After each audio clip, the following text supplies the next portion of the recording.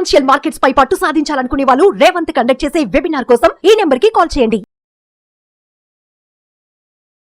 నమస్తే, welcome to Suman TV. నేను మీ విష్ణు. ప్రస్తుతం నాతో పాటు certified financial planner and money purse పుస్తక రచయిత శ్రీ వంగా రాజేంద్ర ప్రసాద్ గారు ప్రస్తుతం నాతో పాటు ఉన్నారు. వారితో మాట్లాడదాం. సార్ నమస్తే. సార్ థ్యాంక్ యూ విష్ణు గారు. Sir welcome to Suman TV. Sir almost 4 సంవత్సరాల నుంచి మిమ్మల్ని ఇంటర్వ్యూ చేయడానికి చాలా ప్రయత్నించాను. సో మొత్తానికి ఇవాళ అంగీకరించి మా సుమన్ టీవీ స్టూడియోకి వచ్చారు. Sir thank you sir. Thank you so much Rajendra Prasad garu. సమయం ఆసన్నమైంది. ఎస్, సమయం మొదలైంది, ఆసన్నమైనది. Very good. రైట్. సో అంటే మొత్తానికి దేనికైనా ఒక టైం రావాలంటారు. సో మొత్తానికి ఇవాళ కుదిరింది ఆ టైం. సో అయితే రాజేంద్ర ప్రసాద్ గారు, నేను ఎక్కువగా కూడా పబ్లిక్తో ఇంటరాక్ట్ అవుతుంటాను. అంటే ఊరు వెళ్ళినప్పుడు బంధువుల్ని కలవడము, తెలిసిన వాళ్ళని కలవడము, ఫ్రెండ్స్ని కలవడం రెగ్యులర్గా నేను ఎక్కువ చేస్తుంటాను ఈ యాక్టివిటీ ఊరు వెళ్ళినప్పుడు. అయితే నేను ఈ మధ్యకాలంలో చాలామందిని గమనించాను రాజేంద్ర ప్రసాద్ గారు. ఒక 22-23 సంవత్సరాలకే ఉద్యోగం వస్తుంది. సో ఉద్యోగం వచ్చిన తర్వాత ఎవరికైనా సరే ఒక బేసిక్ శాలరీ అనేది ఒక 18,000, 20,000, 25,000 ఉంటుంది. అయితే చాలామంది ఏం చేస్తున్నారంటే ఈ యంగ్ జనరేషన్ పీపుల్ 22-23 సంవత్సరాలకు ఉద్యోగం వచ్చి ఓ 25,000 రూపాయల జీతం చేతిలోకి రాగానే ఒక 10 లక్షల రూపాయలు పెట్టి ఒక మంచి లగ్జరీ కారు కొంటున్నారు. ఇంకొంతమంది ఇంకా లగ్జూరియస్గా ఉండాలని చెప్పి 1,00,000 రూపాయలు ఖరీదు చేసి ఒక ఐఫోన్ కొంటున్నారు. మరికొంతమంది కాస్ట్లీయెస్ట్ ఎలక్ట్రానిక్ గ్యాడ్జెట్స్ కొంటున్నారు. అయితే అసలు కెరీర్ని స్టార్ట్ చేసిన తొలినాళ్ళల్లో మన చూపు దేని వైపు ఉండాలి, మన ఆలోచనలు ఏ విధంగా ఉండాలి, తల్లిదండ్రులు కూడా తప్పనిసరిగా ఆ పిల్లల్ని ఎటువంటి విషయాల పట్ల ఎడ్యుకేట్ చేయాలి అంటారు ఉద్యోగం పొందిన తొలినాళ్ళల్లో? అసలు మనం ఎవరికి ఎన్ని నీతి వాక్యాలు చెప్పినా ఎవరో వినరు విష్ణు గారు. అందుకని వాళ్ళనే మనం అడగాలంటే నీకు లైఫ్ మొత్తానికి నీకున్న ఆర్థిక అవసరాలు ఏంటో రాయమని చెప్పాలి. ఆర్థిక అవసరాలంటే ముందే రాయమని చెప్పాలి. పేపర్ మీద రాయమనాలి. రాస్తే ఏం అవసరాలు వాళ్ళకి మనం గుర్తు చేసిన వాళ్ళం అవుతాం.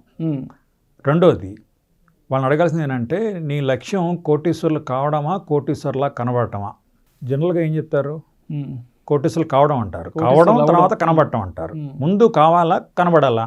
ముందు కావాలి. సో కావాలంటే నువ్వు ఫైనాన్షియల్ ప్లానింగ్ నీకు కావాలి.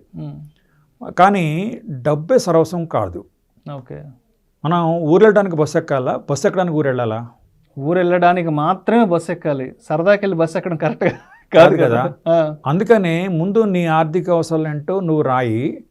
దానికోసం ఏ బస్సు ఎక్కాలి, ఏ ట్రైన్ ఎక్కాలి అనేది నీకు అర్థమవుతుంది. గుర్తుపెట్టుకోండి, ఎవరు మాట వినరు సార్. కానీ వాళ్ళని ఆలోచింపజేసేటట్టుగా మనం మాట్లాడితే వాళ్ళకి ఆన్సర్ దొరుకుతుంది. మీరు ఆశ్చర్యపోతారు, నా దగ్గర కౌన్సిలింగ్ చాలామంది వస్తారు కదా, 70% జనాలకి ఏం అడగాలో కూడా తెలియదండి. అంటే వాళ్ళకి ఏం కావాలో అసలు వాళ్ళకి అంత పరిజ్ఞానం కూడా ఉండదు. అసలుకి ఏదో అడుగుతారు, కానీ వాళ్ళతో డిస్కస్ చేసే క్రమంలో వాళ్ళకి ఏం కావాలనేది వాళ్ళతో చెప్పిస్తాం. అది ఫస్ట్ చేసిన పని.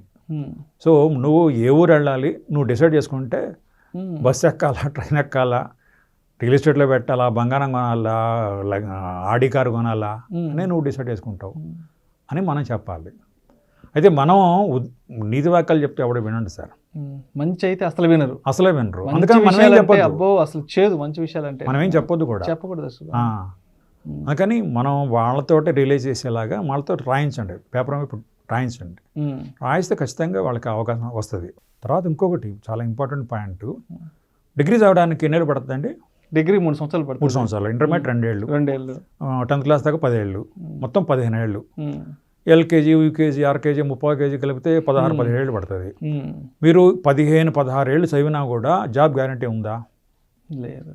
కానీ సెల్ఫ్ ఎంప్లాయ్మెంట్, మీరు ఒక వ్యాపారం స్టార్ట్ చేస్తే ఎంత అద్భుతమైన అవకాశాలు ఉన్నాయి భూమి మీద. కానీ మనం వ్యాపారం స్టార్ట్ చేయాలంటే మనలో నీతోనే యాడ్ అవుతుంది అని అంటారు. మామూలుగా ఇంజనీరింగ్ చదవాలంటే మంచి కాలేజీలో ఇప్పుడు ఎంత ఖర్చు అవుద్దండి? ఇంజనీరింగ్ అంటే కనీసం 10 లక్షల దాకా పోయాలి. అయితే కదా 10 లక్షలు 10 లక్షలు కదా. మీరు ఒక వ్యాపారం ఒక 50,000 1,00,000 రూపాయలు స్టార్ట్ చేయొచ్చా? ఉన్న ఊర్లో అయితే ఒక 25,000తో 50,000తో కూడా ఒక చిన్న కొట్టు పెట్టుకొని స్టార్ట్ చేయొచ్చు కదా. 50,000తో ఉద్యోగం బిజినెస్ స్టార్ట్ చేశారు, ఫెయిల్ అయింది, మళ్ళీ ట్రై చేశారు, ఇంకో 50,000 ఖర్చు అయింది, 1,00,000. అట్లా 10 లక్షలు అంటే 20 సార్లు ఫెయిల్ అయినా కానీ మీకు ఇంజనీరింగ్ చదవడానికి సమానం కాదు. మరి ఎందుకు ప్రయోగాలు చేయొద్దు? 20 సార్లు ఫెయిల్ అవుతాడు ఎవడన్నా బిజినెస్ చేసేవాడు. లేదు లేదు, 1-2 సార్లకి అర్థమైపోతుంది మనం ఎంత మాత్రం ఏంటి అనేది అర్థమైపోతుంది 1-2 సార్లకే. నేను పనిచేసేది state bank of India rural self employment training institute డైరెక్ట్గా పనిచేస్తున్నా. మా దగ్గర అంటే మీ ఎస్బీఐ నడిపిస్తుంది, సెంట్రల్ గవర్నమెంట్ ఆధ్వర్యంలో నడుస్తాం మేము ఫ్రీగా సెల్ఫ్ ఎంప్లాయ్మెంట్ ట్రైనింగ్ ఇస్తాం. అంటే ఆడపిల్లలు అయితే బ్యూటీ పార్లర్లు, టైలరింగ్, తర్వాత మగ్గం వర్క్, మగపిల్లలు అయితే 2-వీలర్ mechanism, CCTV, house wiring, AC mechanism, mobile repairing అట్లాంటి ట్రైనింగ్ ఇస్తాం, ఫ్రీగా ఇస్తాం. మా దగ్గరికి 1 మంత్ వచ్చిన తర్వాత 15,000-20,000తో లైఫ్ స్టార్ట్ చేస్తారు. జస్ట్ 1 మంత్ తోటి లైఫ్ చాలా మారుతుంది. కానీ 15 ఏళ్ళు డిగ్రీ చదవడానికి టైం పెట్టిస్తారు తప్పితే మనకి నేర్పించాల్సింది లైఫ్ స్కిల్స్ నేర్పించాలి. సో మనం సెల్ఫ్ ఎంప్లాయ్మెంట్ ట్రైనింగ్ తీసుకోవాలి. ఇంకొకటి సింపుల్ లాజిక్ అండి, మన కుర్రాళ్ళు గుజరాత్లో పుడితే ఎవరైనా ఉద్యోగం కోసం ట్రై చేస్తారా? ఉత్తరాది రాష్ట్రాలంతా వ్యాపారమే. అక్కడ 15-16 సంవత్సరాల వయసు నుంచి వాడిని తీసుకెళ్ళి షాప్లో కూర్చోబెట్టేస్తారు. మీకు ఇంకొకటి, నేను జాబ్ చేస్తా, నా శాలరీలో 30-32% ఇన్కమ్ ట్యాక్స్ పోతుంది. అంటే 4 నెలలు గవర్నమెంట్ కోసం పనిచేయాలి, 8 మంత్స్ నేను నా కోసం పనిచేయాలి. కానీ మీరు సొంతంగా వ్యాపారం మొదలు పెడితే ఎవరు ట్యాక్స్ కడతారు? 12 నెలలు మీకోసం పడతారు కదా. కష్టపడతాం. తర్వాత మీరు జాబ్ చేస్తే ఏంటి, సొంత తెలివితేటలు వాడటానికి వీలు లేదు. కానీ వ్యాపారం చేస్తే మీ క్రియేటివిటీ బయటకు వస్తుంది కదా. మీరు కలెక్టర్ అయినా టీచర్ అయినా మీరు జాబ్కి వెళ్తేనే కానీ మీకు శాలరీ వస్తుంది. కానీ మీరు వ్యాపారం స్టార్ట్ చేస్తే, ఫర్ ఎగ్జాంపుల్ సీసీటీవీ స్టార్ట్ చేశారు, బిజినెస్ స్టార్ట్ చేశారు, మీ షాప్లో సీసీటీవీ పెట్టి కుర్రాన్ని పెట్టి మీ ఇంట్లో కూర్చొని సీసీటీవీ చూసుకుంటూ మీరు వ్యాపారం చేయొచ్చు కదా. మీరు వెళ్ళకపోయినా మీ బిజినెస్ నడిపించవచ్చు మీరు. సో మీరు అన్న ప్రశ్నకి ఏంటంటే మనం నేర్పించాల్సింది self employment, business development ideas ఇవ్వాలి పిల్లలకి. కేవలం అంటే నేనేది ఆల్జిబ్రా అండి నేను వేస్ట్ అని అన్నాం, ఖచ్చితంగా అవి ఉపయోగపడతాయి కానీ లిమిటెడ్ కదా. కానీ వంట చేయడం ఎలా, గార్డెనింగ్ చేయడం ఎట్లా, మనీ మేనేజ్మెంట్ ఎట్లా, అవి బేసిక్ నీడ్స్ కదా, అవి ట్రైనింగ్ ఇవ్వాలి. తర్వాత ఇంకొకటి, మనీ మేనేజ్మెంట్ ఎందుకు నేర్పించుకోవాలంటే మనకి నా మొహం ఎలా ఉందో నాకు తెలుసు, నా జుట్టు ఎలా ఉందో నాకు తెలుసు, కానీ తలదూకోవాలంటే నేను అద్దం ముందుకు వెళ్ళాలి. అట్లానే మీ మనీ మేనేజ్మెంట్ గురించి మీకు తెలియాలంటే మేము అడ్వైజర్ని కలవాలి, మంచి బుక్స్ కావాలి, మంచి ట్రైన్ క్లాసెస్ అటెండ్ కావాలి, స్కూల్లో చెప్పాలి. కానీ అది తెలియక చాలా ఎంతమంది నష్టపోతున్నారు. అంటే ఇక్కడ అడ్వైజర్ గురించి మీరు చెప్పారు కాబట్టి నేను కూడా మీతో ఒక విషయం పంచుకోవాలి. జబ్బు చేస్తే వెంటనే ఆలోచించకుండా డాక్టర్ కాడికి వెళ్ళిపోతున్నాం. ఏదైనా ఫ్యామిలీ ఇష్యూ ఉంటే వెంటనే అడ్వకేట్ కాడికి వెళ్ళిపోతాం. ఒక మంచి ఇల్లు కట్టుకోవాలంటే ఇంజనీర్ కాడికి వెళ్తాం. బట్ ఫైనాన్షియల్ మేనేజ్మెంట్ విషయానికి వస్తే, ఫైనాన్షియల్ ప్లానింగ్ విషయానికి వస్తే ఒక ఫైనాన్షియల్ అడ్వైజర్ దగ్గరికి వెళ్ళాలి అంటే ఎందుకో మనసు ఒప్పట్లేదు రామప్రసాద్ గారు. ఎందుకంటే డబ్బులు ఏమైనా ఎక్కువ లాగేస్తాడేమో అనిపిస్తుంది. మనీ పర్స్ పుస్తకంలో గంప నాగేశ్వర గారు ఒక మాట చెప్పారు, మీరు ఒక ఏజ్ తర్వాత ప్రతి సంవత్సరం హెల్త్ చెకప్ వెళ్ళాలి కదా, వెల్త్ చెకప్ కూడా వెళ్ళాలి కదా. ఆబ్వియస్లీ హెల్త్ చెకప్కి వెళ్తున్నారా? డాక్టర్ మీరు అన్నట్టుగా డాక్టర్ దగ్గరికి వెళ్ళినట్టుగా ఫైనాన్స్ డాక్టర్ దగ్గరికి వెళ్తున్నారా? వెళ్ళట్లేదు. వెళ్ళాలి కదా. అయితే రోగం వచ్చిన తర్వాత వెళ్ళాలా, రోగం రాకముందు వెళ్ళాలా? రోగం రాకముందే స్టార్టింగ్లో ఉన్నప్పుడు వెళ్ళిపోవాలి కదా. సో మీరు అన్న ప్రకారంగా ఫైనాన్షియల్ అడ్వైజ్ దగ్గరికి ప్రాబ్లమ్స్ రాకముందే వెళ్ళాలా. నా పుస్తకాలు చదివి కొంతమంది రాస్తుంటారు, 20 ఏళ్ళ క్రితం మీ పుస్తకాలు చదివితే ఒక 100 కోట్లు వచ్చాయి నాకు అని రాస్తుంటారు. ఒక అడ్వైజ్, ఒక ఐడియా జీవితాన్ని మార్చేస్తుంది కదా. ఒక మాట అంటారు కదా, అదే ఒక మాట ఎంత ఒక ఐడియా జీవితాన్ని మార్చేయచ్చు కదా. అందుకని ఫైనాన్షియల్ ప్లానింగ్ గురించి మనం పిల్లలకు స్కూల్స్లో కాలేజీలో ఖచ్చితంగా చెప్పాల్సిందే. కాకపోతే అక్కడ చెప్పలేదని మనం ఎందుకు వరీ కావాలి? ఇప్పుడు సుమన్ టీవీలో మీరు చాలా ఇంటర్వ్యూస్ చేశారు మనీ మేనేజ్మెంట్ మీద, ఇవన్నీ ఇప్పుడు ఫ్రీగా దొరుకుతున్నాయి కదా. ఇప్పుడు మా చిన్నతనంలో ఇవన్నీ లేవు కాబట్టి మాకు అందుబాటులో లేవు. అందుకని నేను బుక్ రాయాల్సి వచ్చింది. నాకేం కావాలి, ఇల్లు, పిల్లలు, బీమా, పెన్షన్ కోసం మీరేం చేస్తున్నారు, ఏం చేయాలి అనే టాపిక్ మీద నేను మనీ పర్స్ పార్ట్ 1 రాశా. సంపదగా మార్చే మనీ పర్స్ బుక్ అది. సో అది 14 ఏళ్ళలో 16 సార్లు రీప్రింట్ అయింది. మనీ పర్స్ 2 శ్రమలైన ఆదాయం, అది 9 ఏళ్ళలో 8 సార్లు రీప్రింట్ అయింది. మనీ పర్స్ 3 ఆదాయం ఆత్మవిశ్వాసం 7 ఏళ్ళలో 7 సార్లు రీప్రింట్ అయింది. అంటే ఇది జనానికి అవసరం ఉంది కాబట్టి అది చదివి ఇల్లు కట్టుకున్న వాళ్ళు, మంచి ఇన్సూరెన్స్ పాలసీ చేసిన వాళ్ళు, అసలు చెట్లు మానేసిన వాళ్ళు, చెట్లు మంచి మార్గంలో పాడుకున్న వాళ్ళు కూడా ఉన్నారు. అది ఎవరు చెప్పాలి? కళలే చెప్పాలి, చెప్పట్లేదు. కాబట్టి మీలాంటి వాళ్ళు ఎడ్యుకేట్ చేస్తున్నారు. దానికి సుమన్ టీవీని అభినందించాలి. Sir thank you sir. So Ram Prasad garu, so అంటే ఇప్పుడు మొత్తానికి అడ్వైజర్ని కలవాలి అంటే అడ్వైజర్ డబ్బులు తీసుకుంటాడేమన్న భయం ఉంది కాబట్టి, మరి ఫ్రీగా ఫైనాన్షియల్ అడ్వైజర్ని పొందడం ఎలా అసలు? ఫ్రీగా ఈజీగా దొరుకుతాయండి. ఎదురింట్లో అంకుల్ని అడగండి, పాన్ షాప్కి వెళ్ళి పాన్ షాప్ వాళ్ళని అడగండి, ఆటో వాళ్ళని నడపని అడగండి, ఓకే ఈజీగా వచ్చేస్తుంది కదా. ఎందుకు బాధ? డబ్బులే ఖర్చు, ఒక పైసా ఖర్చు కాదు. మీకు ఫ్రీ సలహా కావాలా, వాల్యుబుల్ సలహా కావాలా? వాల్యుబుల్ సలహా కావాలి, అది మన జీవితాన్ని మార్చేదై ఉండాలి. మీరు సలహాలు ఎవరిని అడుగుతారు? బాగా లక్షల కోట్లు సంపాదించేవాడిని అడుగుతారా? బికార్గా తిరిగేవాడిని అడుగుతారా? సరే, లైఫ్లో బాగా సెటిల్ అయ్యి జీవితంలో అన్ని డక్క ముక్క తిన్న వాళ్ళని అడుగుతాం వెళ్ళి సలహా. సో బాగా సంపాదించడం అడుగుతారు. అడుగుతాం. బాగా సంపాదించేవాడు ఖాళీగా ఉంటాడా, బిజీగా ఉంటాడా? చాలా బిజీగా ఉంటాడు ఆబ్వియస్గా. మరి బిజీగా ఉన్నవాడు మీకు ఎందుకు టైం ఇవ్వాలా? ఇంకొకటి సలహా ఇవ్వాలంటే మీ గురించి ఫస్ట్ మీ గురించి ఒక గంట వింటే కానీ మీరు ఎక్కడున్నారో తెలియదు. అవును, మీరు ఎక్కడున్నారో తెలిస్తే ఏ మార్గంలో వెళ్ళాలో తెలియాలి. మీరు ఇంకో క్వశ్చన్ అడగాల, మంచి ఫైనాన్షియల్ అడ్వైజర్ ఎవరు? మీరు చెప్పగలరా? మంచి ఫైనాన్షియల్ అడ్వైజర్ ఎవరు? అంటే బేస్డ్ ఆన్ ద ఎక్స్పీరియన్స్ని బట్టి, వాళ్ళకున్న క్లయింట్ బేస్ని బట్టి అలా ఫిల్టర్ చేసి చెప్పగలమే. వాళ్ళు మార్కెట్లో ఎన్నాళ్ళ నుంచి ఉన్నారు, వాళ్ళకి ఎంతమంది క్లయింట్స్ ఉన్నారు ఏంటనే దాన్ని బట్టి చెప్పొచ్చు. నా దృష్టిలో మంచి అడ్వైజర్ ఎవరంటే అడ్వైజ్ ఇవ్వని వాడు మంచి అడ్వైజర్. అడ్వైజర్ ఇవ్వని వాడు మంచి అడ్వైజర్. ఎందుకంటే మీ గురించి అన్నీ తెలియటం ఏ అడ్వైజర్కి ఏ మానవ మాత్రకి తెలియదండి. మీరు చెప్పిన ఇన్పుట్ను బట్టి అవుట్పుట్ చెప్తాడు అంతే. మీకు కారు ఉంది, మీరు కారు నడపడానికి డ్రైవర్ని పెట్టుకుంటారా, మీరు డ్రైవింగ్ నేర్చుకుంటారా? మనకి కారు దోలాలని ఇంటెన్షన్ ఉంటే మనం నేర్చుకో, మనమే తోలుకుంటాం. లేదు మనకి రాకపోతే ఒక మంచి డ్రైవర్ని పెట్టుకుంటాం. కానీ పర్మనెంట్ సొల్యూషన్ ఏంటి? డ్రైవింగ్ నేర్చుకోవడమే కదా. మనం డ్రైవర్ నేర్చుకుంటే ఎప్పుడు మన కారు మన చేతుల్లో ఉంటుంది. అయితే ఫైనాన్షియల్ అడ్వైజర్లు కూడా ఎవరి మాటను కూడా వినండి, కానీ మీ డెసిషన్ మీరే తీసుకోవాలి. మీరు ఇది చెయ్యాలని చెప్పేవాడు కార్ డ్రైవర్లు అంటాడు. మీకు ఎవరిదని కలవాలంటే మీది చెయ్యాలని చెప్పకుండా మీతో డిస్కస్ చేయాలి.